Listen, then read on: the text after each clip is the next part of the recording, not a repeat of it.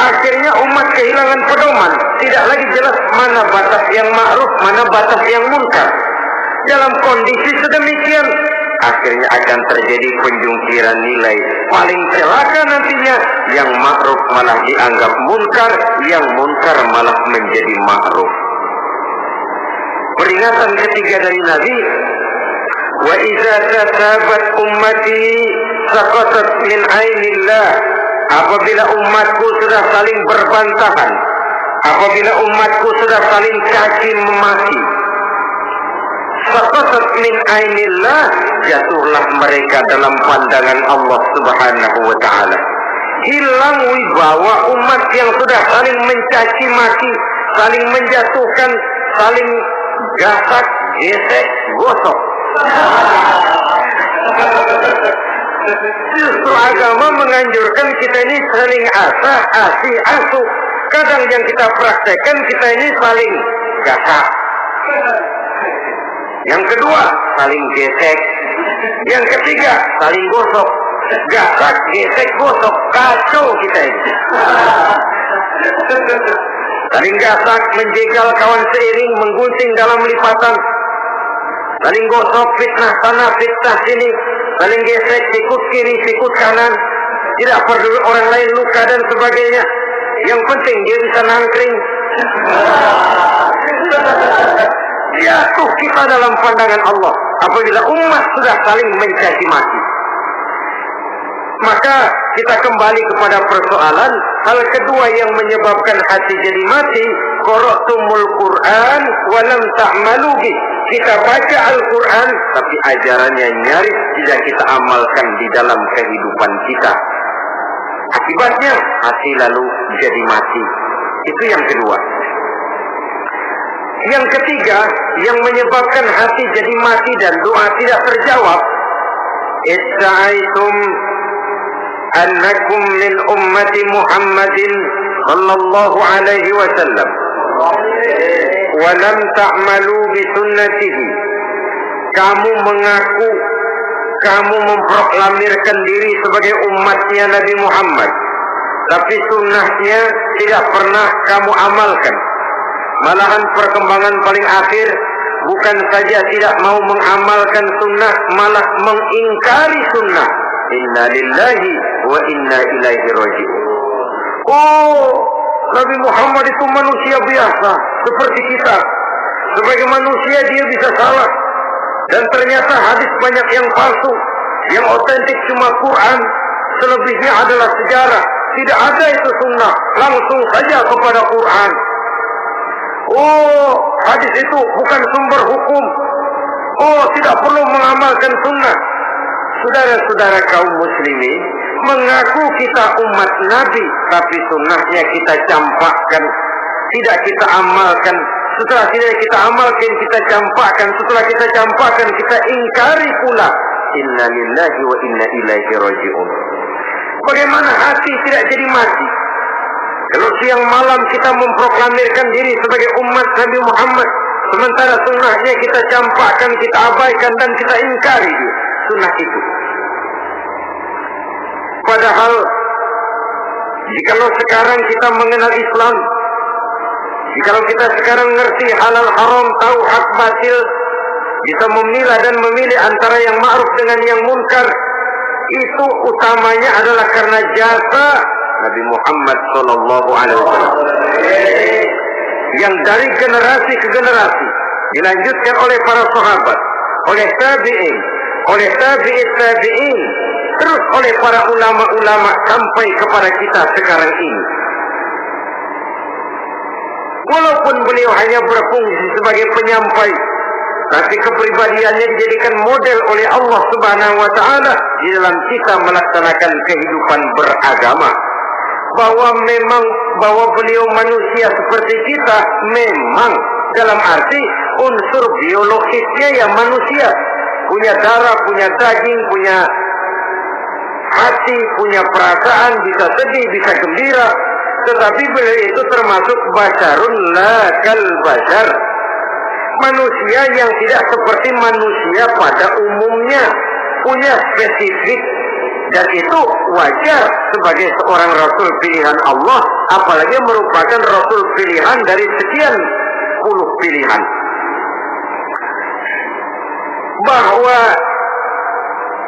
jamrud itu batu memang, tapi nilainya kan berbeda dengan batu kolar. Satu truk batu kolar dengan barangkali segenggam batu jamrud, nilainya tentu jauh lebih mahal batu jamrud. Kalau soal batunya, sama batunya, tapi nilainya berbeda karena esensinya berbeda. Kita manusia, Nabi Muhammad juga manusia, sama manusianya memang, tapi kualitasnya, nilainya tentu jauh panggang daripada api. Itu sebabnya Allah menjadikan beliau sebagai model. Laqad kana lakum fi Rasulillahi uswatun hasanah. Di dalam diri Rasul itu terdapat contoh teladan yang sangat baik bagi kita. Oleh karenanya, pada pertemuan kali ini, apabila kita konsekuen mengaku umat Nabi Muhammad, marilah konsekuen juga menegakkan sunnahnya. 3. Yang keempat, yang menyebabkan hati jadi mati dan doa tidak terjawab, akaltum ni'mata rabbikum walam tashkurulah. Tiap hari kamu makan nikmat Tuhanmu, tapi kamu tidak pernah mau bersyukur kepadanya, kepada Allah Subhanahu wa ta'ala. Nikmat Tuhan kita doyan banget. Tidak pernah sehari dan sesaat pun terlepas diri dan hidup ini dari nikmat-nikmat yang diberikan Allah. Sejak kita bangun tidur sampai tidur kembali, bahkan tidur itu sendiri, di pasar, di sawah, di kantor, dimanapun kita berada, nggak pernah nikmat Allah berhenti. Hidup kita dalam alam diberikan segala fasilitas untuk menunjang kehidupan. Nggak pernah Allah pasang pajak matahari, nggak pernah Allah pasang pajak gas udara. Nikmat-nikmat yang banyak itu tiap hari kita kecap, tiap hari kita nikmati, tapi kita tidak pandai bersyukur.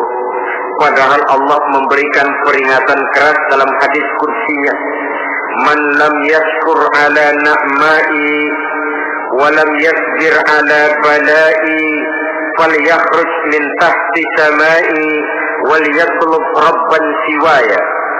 Siapa yang tidak mau bersyukur terhadap nikmat yang aku berikan kepadanya dan tidak mau bersabar terhadap ujian yang aku berikan kepadanya, silahkan keluar saja dari kolong langit ini dan cari Tuhan selain aku.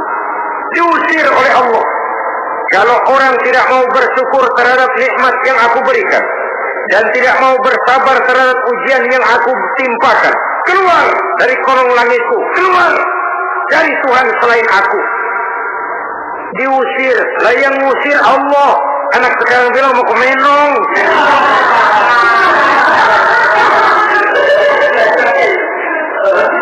Kalau diusir kita dari Jakarta, masih bisa pindah ke Bandung.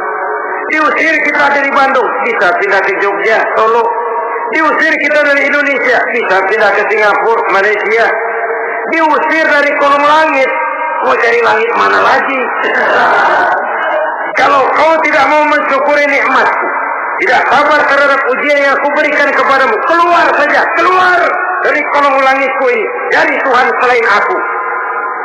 Kalau istilah kita mah Tuhan, jengkel banget udah itu. Nikmatku, yang nikmat yang aku berikan kau makan, tapi kepadaku engkau tidak pernah mau bersyukur. Saudara-saudara kaum muslimin rahimakumullah, wajar. Kita dulunya tidak ada, sekarang ada nikmat.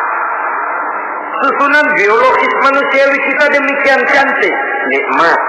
Tinggal di bumi, fasilitas yang kita perlukan disediakan, tinggal kita, kemampuan kita mengelolanya. Nikmat. Diberikan kita otak yang membedakan kita dengan binatang, nikmat. Diberikan kita agama, diutus para rasul untuk jadi model dalam kehidupan kita, nikmat. Kalau cara kita emang kurang apa sih? Apa yang kurang, hai manusia? engkau tidak ada, aku adakan. Kalau aku perintahkan kau tinggal di bulan, mungkin kau tidak akan sanggup hidup. Begitu lahir, lepuk-lepuk habis. Ya nggak ada HO2 toh di bulan. Mau minta apa? Aku tinggalkan kau, aku perintahkan tinggal di permukaan bumi. Alamnya indah, fasilitas serba menunjang. Nikmati semuanya, semuanya untuk kamu, semuanya. Satu pintaku, syukuri nikmat yang aku berikan kepadamu. Ia bukan cuma syukur dalam ucapan, syukur dalam perbuatan.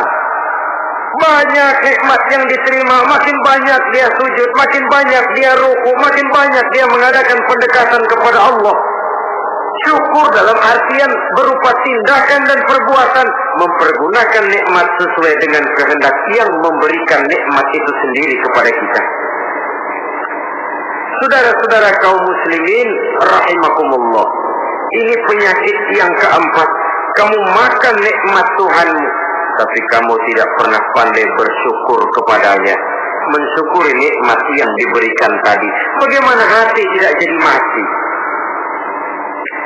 Kita sibuk mempersolek jasmani, mencari obat penangkal penyakit zahir. Maka yang ramai di zaman sekarang, saudara lihat, salon, fitness, senam, macam-macam jenis. Tidak ada salahnya dan tidak ada jeleknya. Tapi kalau itu sampai melupakan kita kepada memperindah batin, memperbaiki jiwa, artinya bukankah kita perlahan tapi mempersiapkan diri menjadi bangkai berjalan di hadapan Allah. Dengan operasi plastik, yang pesek jadi mancung, yang sipit jadi belok, kulit keriput jadi kencang, pipi terlalu cekung bisa diatur.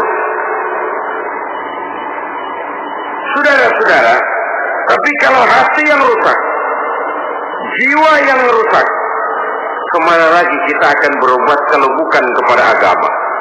Maka hati itu jadi mati apabila kita selalu memakan nikmat Allah dan tidak pandai mensyukuri nikmat itu. Dari hati yang mati tidak akan ada getarannya.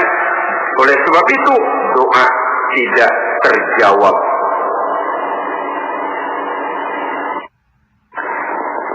Selanjutnya, yang menyebabkan doa tak terjawab dari sebab matinya hati, qultum annal mauta haqqun wa lam tasta'iddu lahu. Kamu berkata, kamu yakin bahwa mati adalah sesuatu yang benar, tapi kamu tidak pernah punya persiapan untuk mati. Padahal menurut logika, orang yang akan bepergian jauh tentu dia harus mempunyai bekal yang cukup. Semakin jauh jarak perjalanan yang akan ditempuhnya, semakin banyak perbekalan yang harus dibawanya. Dahulu, seketika beberapa jamaah dari Yaman akan melaksanakan ibadah haji dengan nekat, mereka berprinsip, pokoknya kan berangkat haji jadi tamunya Allah, nanti Allah yang akan ngelayanin. Mereka nekat, modal badan doang berangkat. Diadukan kepada baginda Rasul, lalu turun peringatan dari Allah, wa tazawwadu fa inna khairaz zadi taqwa. Jangan begitu, bawa bekal. Sesungguhnya bekal yang paling baik adalah takwa. Bahwa berangkat dengan bekal takwa itu bekal yang paling utama. Tapi bekal-bekal yang lain pun jangan diabaikan. Kalau kita akan berangkat untuk tujuan yang baik, bekal yang paling utama memang takwa. Tapi tidak berarti harus mengabaikan bekal-bekal yang lain. Begitulah, semakin jauh perjalanan yang akan kita tempuh, semakin banyak bekal yang harus kita hadapi. Kalau saudara mau pergi ke Surabaya, tidak membawa bekal kemudian berani berangkat, rasanya sih saya pikir itu bukan berani, nekat namanya. Sama saja orang belum pernah sembahyang, mati. Nekat orang, berani amat. Belum berbuat kebaikan barang sedikit pun sudah mati, nekat namanya itu. Sama saja tadi, nggak bawa bekal apa-apa berangkat ke Surabaya. Sampai Surabaya belum tentu, sengsara udah jelas. Belum punya bekal yang baik sudah mati. Sampai ke surga belum tentu. Tapi kebelangsak dan sengsara, rasa-rasanya pasti itu. Oleh karena itu, kalau kita yakin mati sesuatu yang benar, sesuatu yang pasti datang menimpa, maka hendaklah kita mempersiapkan bekal. Kemudian, idda'aitumun najata minan nar wa ramaitum fiha anfusakum. Kamu memproklamirkan diri ingin selamat dari neraka, tapi kamu lemparkan dirimu ke dalam neraka. Bagaimanapun bajingannya bajingan, kalau ditanya, ente mau masuk neraka enggak? Jawabannya pasti enggak. Itu pasti.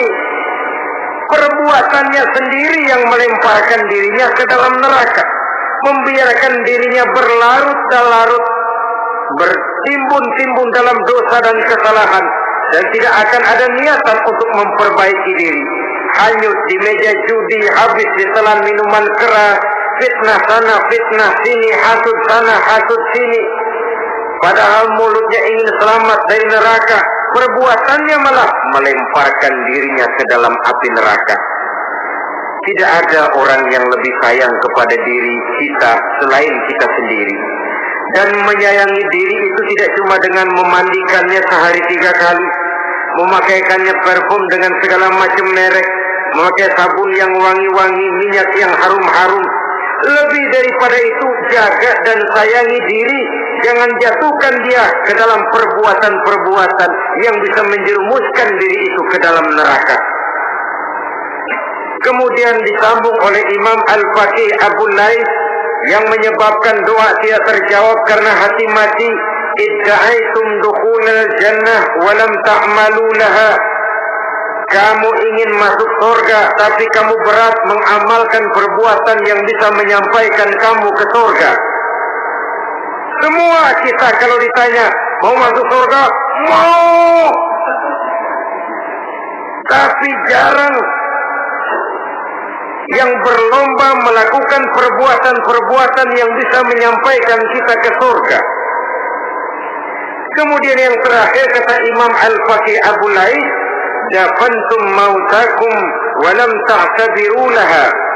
Kamu menguburkan orang yang mati di antara kamu, tapi kamu tidak bisa mengambil i'tibar, tidak bisa mengambil pelajaran dari mayit yang jenazah yang kau kuburkan itu. Mestinya kan nguburin orang tuh membuat sadar. Iya, kalau sekarang dia saya baringkan di liang lahat, menghadap ke arah kiblat, bantalnya tanah, setelah itu ditutup dengan papan, lalu ditimbun dengan tanah. Iya, sekarang giliran dia, giliran saya, entah besok, lusa, bulan depan, tahun depan, tapi pasti mengubur mayat, mengubur jenazah, tapi tidak bisa mengambil i'tibar dari yang dilaksanakannya itu. Ini merupakan penyakit-penyakit batin yang merupakan handicap, yang menimbulkan jarak antara kita dengan Allah Subhanahu wa ta'ala. Pantas kalau itu semua ada pada diri kita, hati jadi mati. Dari hati yang mati, doa tidak akan tembus. Kita tidak lagi akan diperdulikan oleh Allah Subhanahu wa ta'ala. Dan itu sekali lagi kemalangan yang terbesar dalam kehidupan kita. Bagaimana jalan keluarnya? Pertama, memperbaiki batin kita, menyelamatkan diri daripada penyakit-penyakit yang bisa mematikan hati seperti yang sudah saya sebutkan tadi.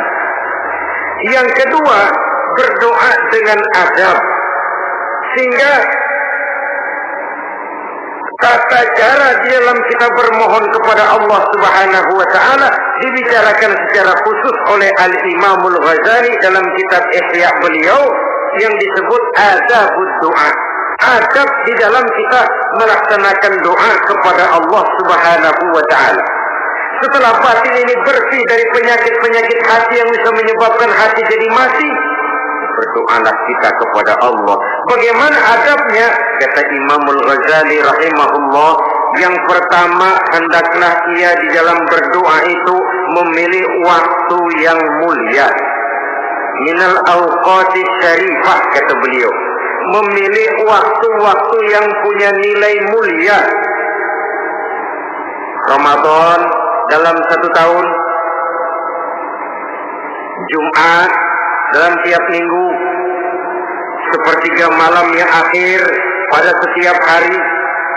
Waktu-waktu yang punya nilai mulia. Walaupun misalnya saudara berdoa pada hari Kamis, tidak ada halangannya Allah mau kabulkan. Ini tidak berarti bahwa kalau sudah berdoa hari Jumat lalu hari Kamis tidak mau berdoa, tidak. Lebih memilih mengintai waktu-waktu yang punya nilai mulia.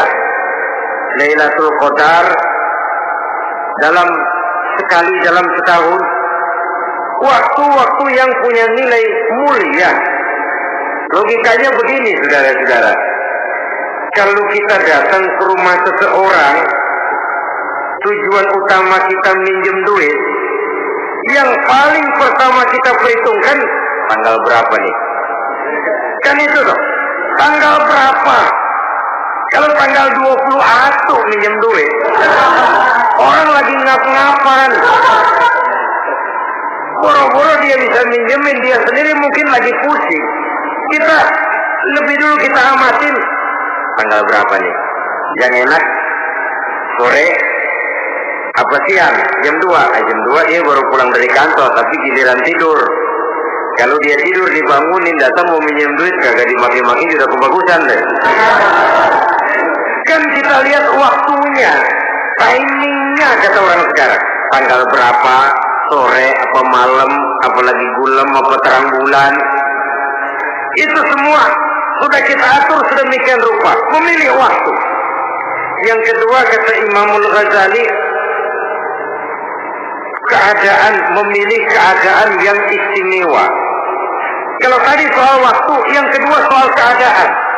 Ada situasi-situasi di mana doa itu diijabah oleh Allah Subhanahu wa ta'ala. Di antaranya kata Imam Abi Hurairah, inda zahfi sufuf fi sabilillah, pada waktu mengatur barisan perang membela agama, di situ doa kabul. Inda nuzulil ghaib, ketika turun gerimis, di situ doa makbul. Inda iqamis sholat, ketika sholat mau didirikan, riwayat lain, bainal azan wal iqamah, antara azan dan qomat, di situ doa makbul. Itu memilih keadaan-keadaan. Kemudian yang ketiga, kata beliau, berdoa menghadap kiblat. Ya, apa kalau doa madhab mudik Tuhan gak tahu? Tahu. Tuhan gak dengar? Dengar, cuma lebih etis. Lebih etis kalau kita berdoa menghadap ke arah kiblat. Saudara-saudara kaum muslimin rahimakumullah. Yang keempat, hifdzus shaut, menyederhanakan suara. Tidak terlalu keras, juga tidak terdengar orang lain, apalagi kalau doa kita diaminkan oleh orang lain. Tidak usah terlalu keras. Kenapa? Karena Allah yang kita meminta kepadanya bukan zat yang tuli, bukan zat yang buta, bukan zat yang tidak dengar, bahkan Dia Maha Dengar. Juga tidak terlalu seperti orang berbisik-bisik, apalagi kalau doanya doa bersama-sama. Tapi kadang-kadang terdorong oleh husnuzon dari para makmum saja. Tidak peduli apa yang dibaca oleh imam, yang kedengaran cuma amin aja kerengan. Amin, amin, amin, amin, amin, amin.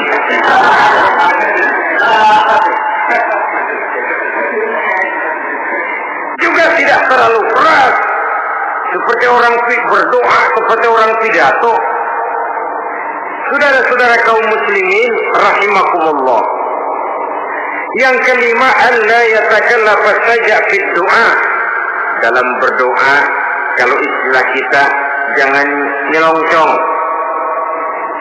Suja ini menunjukkan sikap berani kepada Allah. Misalnya ada orang berdoa, ya Allah ampunilah saya kalau engkau mau. Kalau Allah mau. Kasihanilah saya ya Allah kalau engkau mau. Itu doa orang songong. Atau sama saja, ya Allah berilah saya rezeki dikit saja. Emang kenapa pakai begitu?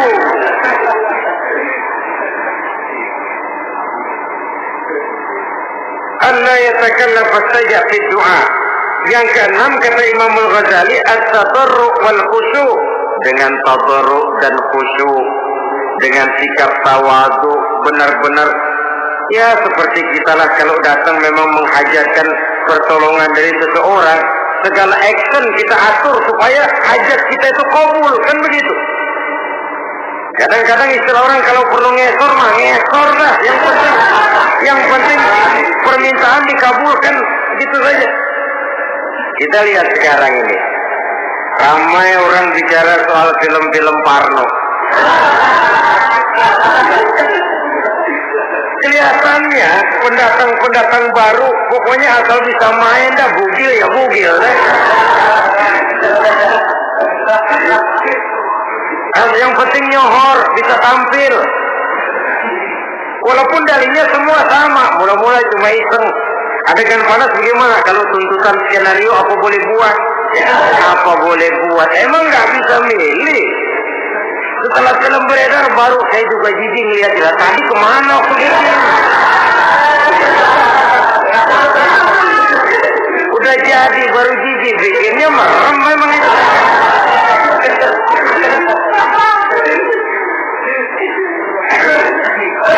Tapi ada satu analogi, asal bisa main, asal bisa tampil di layar, apa saja jadi taruhan sudah. Bugil ya bugil dah.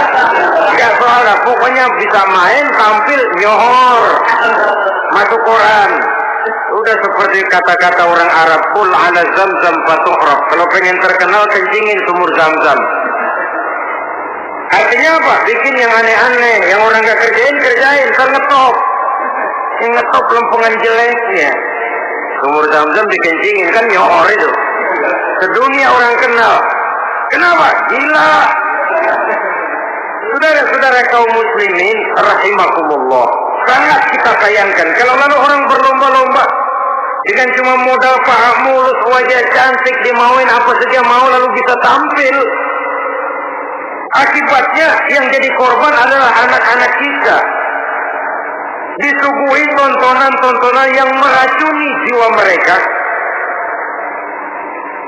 Walaupun akibatnya barangkali ya lain seperti band orkes dengan film memang akibatnya tidak langsung ya. Kalau band orkes akibatnya langsung, dia bisa berantem di tempat lokasi. Film orang nonton tahu dia di tempat itu, bukan di tempat itu dia praktek, pulang jadi pikiran dia. Tadi serem ya. Entar kalau ada kesempatan kita praktek. Ngancemnya itu yang gak enak. Tapi yang saya analogkan dengan persoalan kita, tingkah pola artis apapun dilakukan asal bisa main. Nah itu tuh, asal dapat kesempatan acting. Dalihnya ya tuntutan skenario lah, iseng lah, macam-macam lah. Tapi yang jelas satu target, saya harus dapat kesempatan main. Untuk sampai ke situ, cara apa saja harus saya tempuh. Tidak peduli harus menginjak-injak norma dan budaya bangsa yang luhur. Tidak peduli harus bertentangan dengan kaidah agama. Tidak peduli hasilnya meracuni umat masyarakat, terutama generasi muda. Yang penting kan ngetop. Saudara-saudara, baiklah ya, itu soal lain. Tapi soal kita ialah at-tadarru wal khusyu. Bermohon kepada Allah dengan tadarru, khusyuk dan tawadu. Seperti kalau kita mau bermohon kepada seseorang, kita malah merendahkan diri, Pak, saya memang orang nggak mampu, Pak. Utang saya udah selebar kampung, Pak. Anak udah 16 seperempat. Apa saja kita meratap, menghibah, mengeluh, merintih, ujungnya kan yang penting gue minjem duit dapat dah. Apa kayak diomongin, pokoknya pulang bawa duit, itu saja. Itu strategi manusiawi. Kalau ini kita adakan konteks, oh iya, kepada Allah lebih lagi kita tadarruk, khusyuk, tawadhu. Doa dengan tawadhu, sebab kita akan bermohon kepada yang serba maha. Menghadap ke arah kiblat, duduk bertafakur dengan khusyuk, tawadhu. Jangan doa sembari tolak pinggang.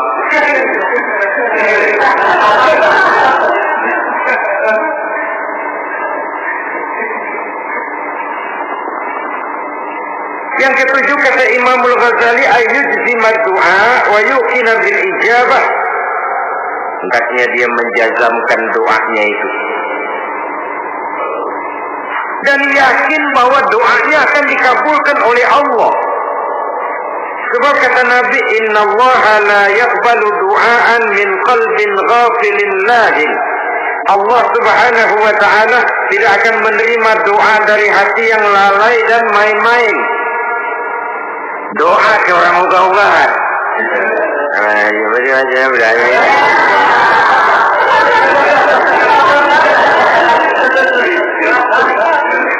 Kali malaikat yang ngobrol, lu minta apa lu?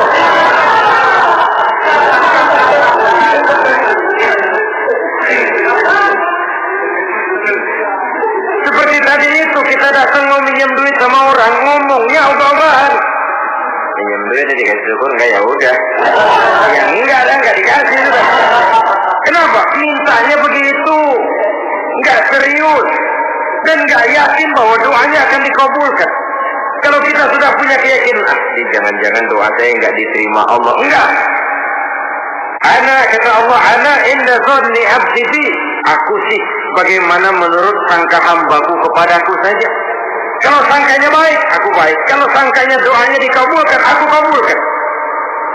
So itu doa harus dengan pasti dan harus dengan yakin doa itu akan dikabulkan dan meluruskan harapan, membenarkan cita-cita, meluruskan maksud apabila doa itu dikabulkan oleh Allah Subhanahu wa ta'ala. Saudara-saudara, oleh karenanya jangan doa setengah hati. Jangan berdoa sambil main-main. Apalagi menghadap kiblat dengan dua tangan terangkat sebagaimana dicontohkan oleh Rasulullah sallallahu alaihi wasallam. Berdoa tanpa mengangkat kedua tangan pun Allah tahu. Allah dengar.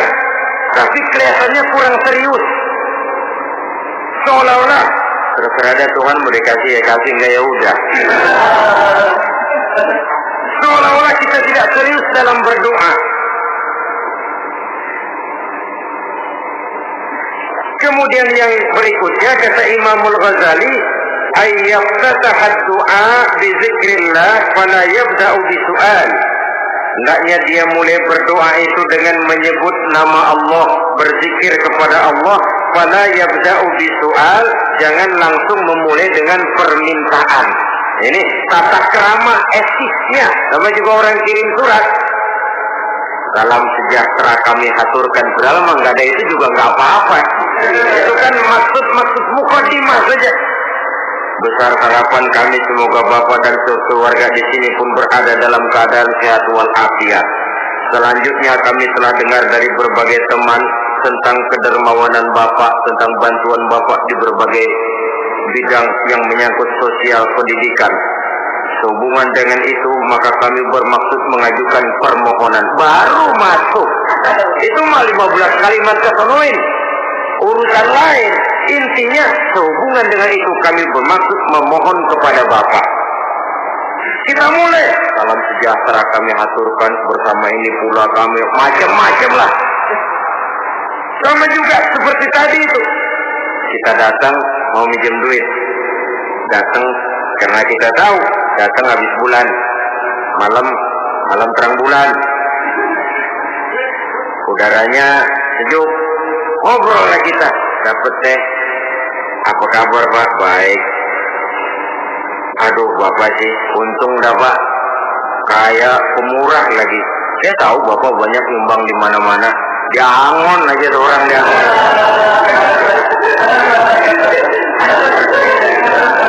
Kira-kira udah mau telap aja baru dikedat. Ngomong-ngomong Pak, nah mulai nih kalau udah ngomong dah tuh mulai. Baru masuk. Jadi etisnya berdoa itu dimulai dengan zikrullah. Karena itu umumnya dimulai dengan Alhamdulillahirabbil alamin. Kita puji dulu Allah. Alhamdulillahirabbil alamin hamdan yuwafi ni'amahu wa yukafi'u mazidah. Kita puji dulu Allah. Seperti orang tadi lah. Kita puji dulu kebaikannya. Walaupun pada akhirnya kita minjem duitnya. Sebenarnya Allah nggak perlu dipuji. Dipuji atau tidak Allah tetap termulia. Ini etis manusia. Allah tidak berharap untuk dipuji oleh manusia. Allah tidak untung seluruh alam memujinya. Manusia memuji atau tidak itu urusan manusia sendiri. Allah tidak minta untuk dipuji. Allah juga tidak gila kepada pujian. Kalau kita memulai doa dengan pujian, etis kita kepada Allah Subhanahu wa ta'ala di dalam kita bermohon kepadanya. Saudara-saudara kaum muslimin rahimakumullah, kemudian menyesuaikan doa dengan kondisi. Ini termasuk syarat batin ya. Taubat, waradul mazalim, kata Imam Ghazali, menolak segala macam kezaliman. Artinya kalau berdoa itu tahu diri. Kalau gaji kita sebulan 700 atau 900 ribu, berdoa minta rezeki 1 juta, itu tahu diri namanya. Kan cuma kurang 100 ribu. Ya kalau kerja kagak, minta gajian 1 juta. Pengen doa dikabulkan, rasanya secara etis nggak tahu diri orang berdoa seperti itu. Orang datang mau minta duit, mau pinjam duit kepada kita, kan kita lihat kira-kira mampu ngembaliin nggak nih orang. Kita lihat, kita evaluasi kemungkinannya. Lalu si yang minjem tentu tahu diri. Kalau memang kekuatannya ngembaliin tidak seperti kekuatannya mulangin, hendaknya dia timbang rasa. Begitu juga kepada kita etisnya kepada Allah Subhanahu wa ta'ala. Tahu diri, menyesuaikan doa dengan keadaan. Kalau tidak ada gap terlalu jauh panggang daripada api, nanti nasibnya sebagai si pungguk merindukan bulan.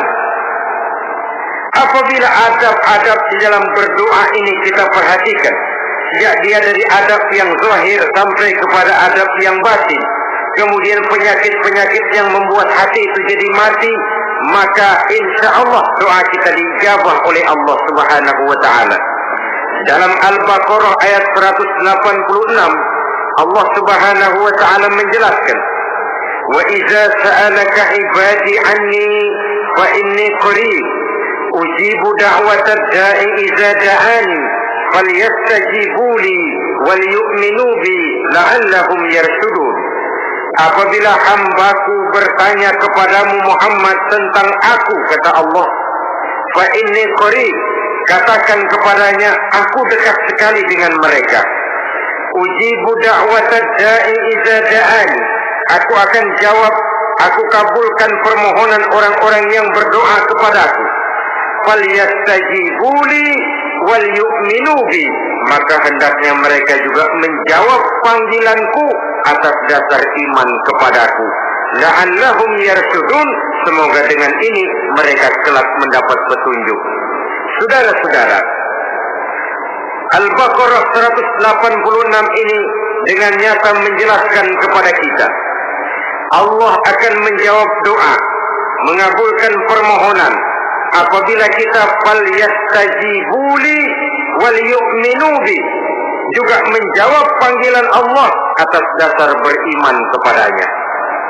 Logikanya tadi itu, araftumullah wa lam tu'tu haqqahu, kita tidak pernah mau menjawab panggilan Allah, sementara kita berharap doa kita dijawab oleh Allah. Apa enggak pincang? Apa enggak berat sebelah? Panggilan Allah kita berat memenuhinya, sementara kita sangat berharap agar permohonan kita, seruan kita dikabulkan oleh Allah. Menjawab panggilan Allah atas dasar beriman kepadanya. Kenapa? Ada orang menjawab panggilan bukan berdasarkan iman, tapi karena target lain. Datang sembahyang Jumat paling dulu, target utamanya pulang juga paling dulu nyabut sendal, nyabut sepatu. Menjawabnya ya, tapi tidak karena iman. Jadi apabila kita rajin menjawab panggilan Allah atas dasar beriman kepadanya, maka seruan, permohonan, doa niscaya dikabulkan olehnya. Ini saja, mudah-mudahan ada manfaatnya. Terima kasih atas segala perhatian. Mohon maaf atas segala kekurangan. Usikum wa nafsi bitaqwallah. Wassalamualaikum warahmatullahi wabarakatuh. Waalaikumsalam.